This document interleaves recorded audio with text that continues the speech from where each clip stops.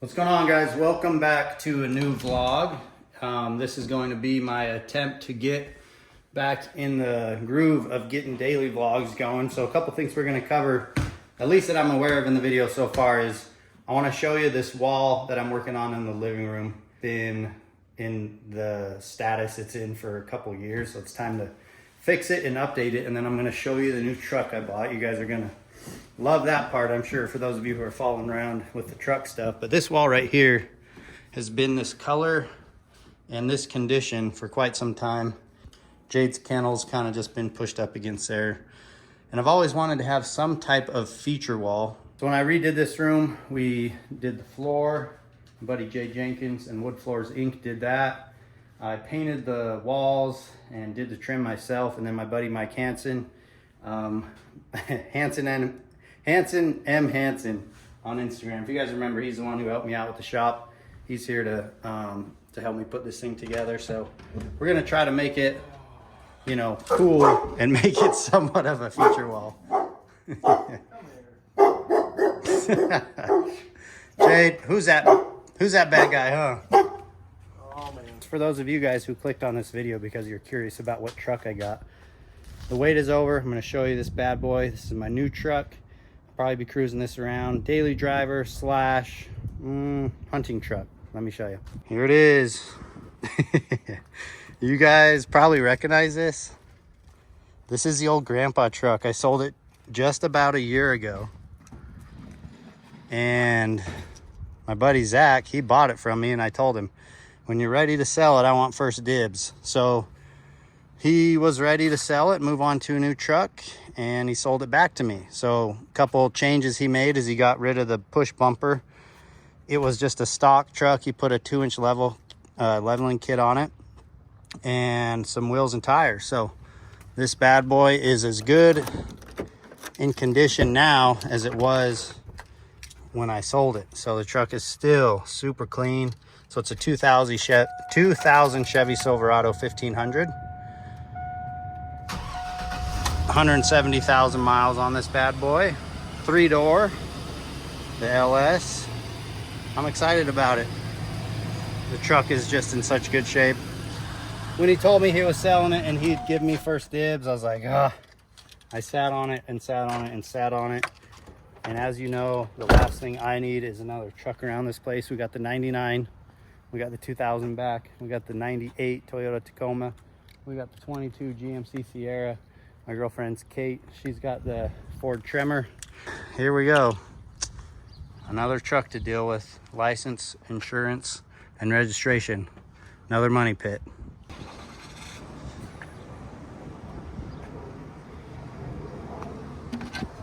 Shouldn't be using my left shoulder like that. Here we go, getting loaded up at the Home Depot. Introducing Mike back to the vlog. Mr. Handyman. By the way, his new business. Look at that. It's kind of covered up. Electric lighting. Mike started a new business focusing on lighting, but he's also pretty good at building walls. I guess we're gonna see how good he is at doing feature walls, but Mike's an electrician, specializes in lighting. He did all the lighting in my house, all the can lights, the lighting in the garage shop, and all the electrical work out there. So you guys saw the phone number. If you need lighting, hit him up. Making progress on this little feature wall. So I Googled feature walls, and man, there's about anything you can imagine out there. And this is what I went with. This diagonal look I thought was just kind of cool, something different. Here it is with the first two boards.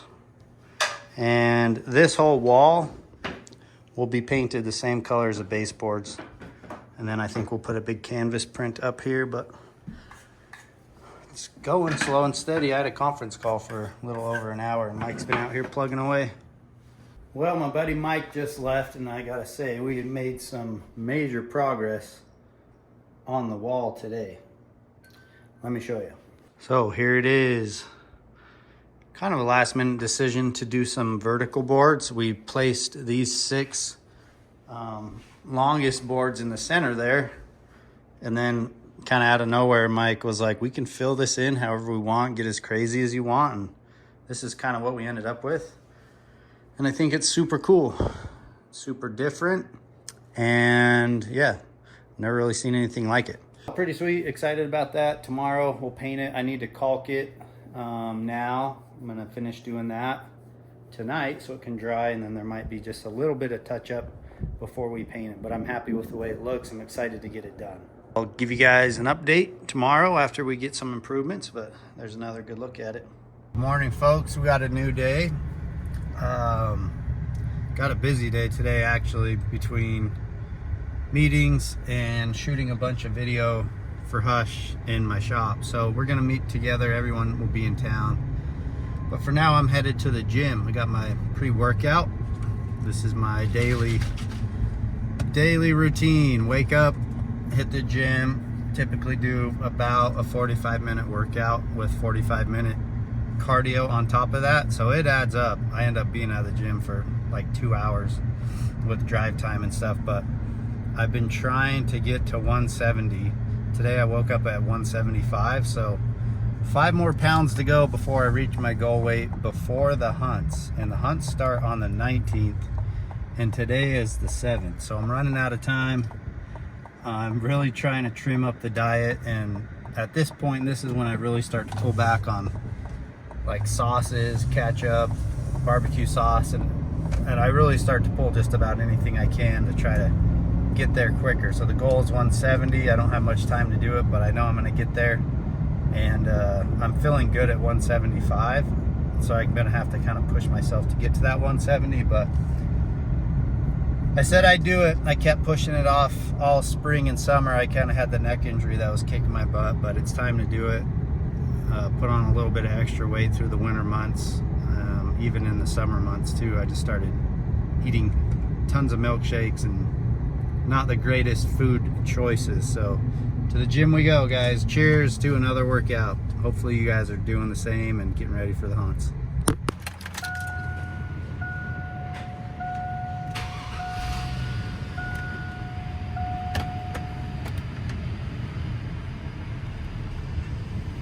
Got this baby to pass emissions. Looks like we're gonna get it registered. So the 2000 Chevy Silverado is legal.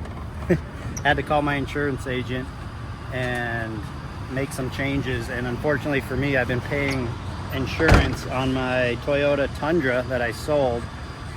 So I was like, well, let's remove that one. And if you got records of the old Chevy, I said I bought that back. So they got this one active again. So we're legal. We're back on the street with the Chevy. Just got it checked in at the Supreme Lube and Oil. And I've kind of become friends with the owner here. His name's Kevin. And every time I come, I love talking to him about his cool little cars. And I wanted to kind of highlight this bad boy right here. I know nothing about these, but I know this is like an early Corvette. Maybe oh, there he is. Hey, Eric. We're gonna bug Kevin and talk about it a little bit. Hey, nice to meet you. My name's Kevin Bray. So I always saw this driving by here before I even started bringing my vehicles to you. It's pretty sweet. It stands out a lot. Yeah, it's my #1 attraction. So it's a 1958 resto mod. And the reason it's a resto mod is it's not original. It doesn't have the original engine. It's not a numbers matching, as they call it. So when I realized that when I bought it about 18 years ago, I decided we could do pretty much anything with it, so I changed the engine. 283 in there. It's got a 355. It is fuel injected with a little Holley aftermarket system. And I put disc brakes, heated seats. I built it for my dad. It's his dream car. This is what he always wanted? Always wanted. Since 58, when he was in high school. He graduated in 58. Look at that Saw dash. it at graduation, said, that's my car.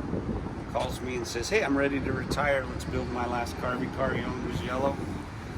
I remember growing up throughout the years and seeing them. So he found one. I was living back east outside of Philly. He bought it, and I spent about 4 years restoring it. Bought it in 2008, around there, and he came to pick it up in 2012. Turned out he was sick, very sick. We didn't know how sick he was. He passed away later that year. He drove it man. one time for 15 minutes. He did get to drive it, He huh? drove it. It was a cold November day. Out here? No, back east. Back east. He flew out back east. He said, I want to come see the car. And I'm like, well, it's ready, but we're going to ship it to you. And he's like, can I drive it? And I said, no, it hasn't been broken in, but come out, we'll drive it. And the moment he saw it for the first time, it was... He's like, this is my car. It's my dream car. So we took it for a drive. He didn't like the clutch. It was too hard. Yeah, he like- complained about it, but he was weak. He was sick. Yeah. He said, put a hydraulic clutch in it, and I'll pick it up in the spring. And I said, no, it's $3,000. Well, that's about 3 months of my time and $1,000 worth. And he wanted to do it, but at that time he knew he was sick. And so he didn't ever pick it back up. Never left my house. I've had it since then. That's too bad. So I'm sure that one means a lot. It's huh? hard, yeah. He was a great man. I really, I loved every minute. I didn't say I loved every minute putting into this thing. This was hard, but it's a full restoration. Yeah. My DNA's on everything from the engine, transmission, differential. The wheels are custom. They've done 4-inch vulcanized white wall. White with a walls. beauty ring. Oh, that's nice. A one-off, one of a kind. Company back east. Are did it for me. these like These are original, but I polished them, and that'll make the Corvette enthusiasts turn circles. They didn't like they like that. the natural? Yeah. Pretty This sweet. isn't natural. I changed this up. I polished those. I painted that. Mm-hmm. I did a lot of custom. The interior, the paint, 92 Toyota MR2.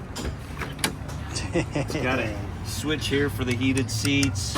Heated seats. Yeah, I put motorcycle heat pads in there for motorcycle seats. Oh, dude, this thing is sweet. It's only got 3,240 miles since I rebuilt it. Just kind of stay here at the shop? Yeah, I push it in, push it out. We fire it up every once in a while. I don't take it to car shows. Mhm. I like to look around at car shows and not stick with the car. Pretty sweet, She man. runs good, yeah. I know nothing about these old cars, but I can appreciate people that do and the people that are willing to put in the time and effort to restore them like this. That's pretty. She's pretty all special. fiberglass. All of the Corvettes are from the very first one. Thing is sweet, and then you got this little buggy. Maybe Yeah, I'll feature that. 69. I'll feature that in another one. Okay, that's a If fun one who too. likes this? I'm curious. You guys watching? Which one you taking There home? you go. I mean, I think it's pretty obvious.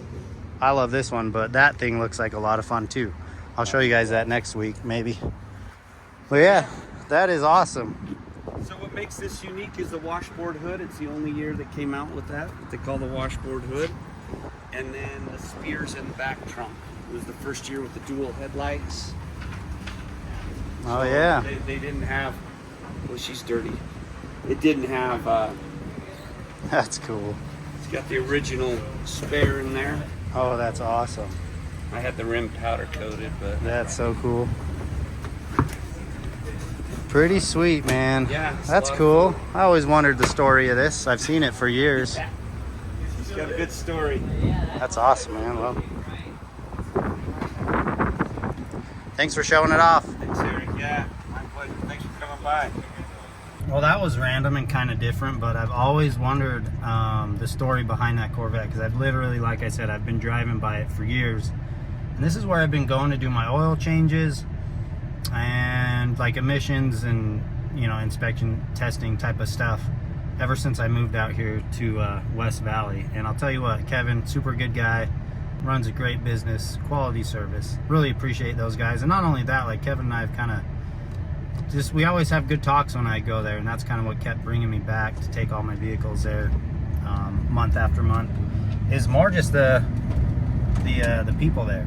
And I think that speaks volume on it, you know, for any of you guys who are in a service business of any kind, like connecting with your customers, providing a good service, and just owning your mistakes and, I don't know, treating them good just goes a dang long way. And for those of you who are on my side, the customer side, like when you find a place that takes care of you and you trust them,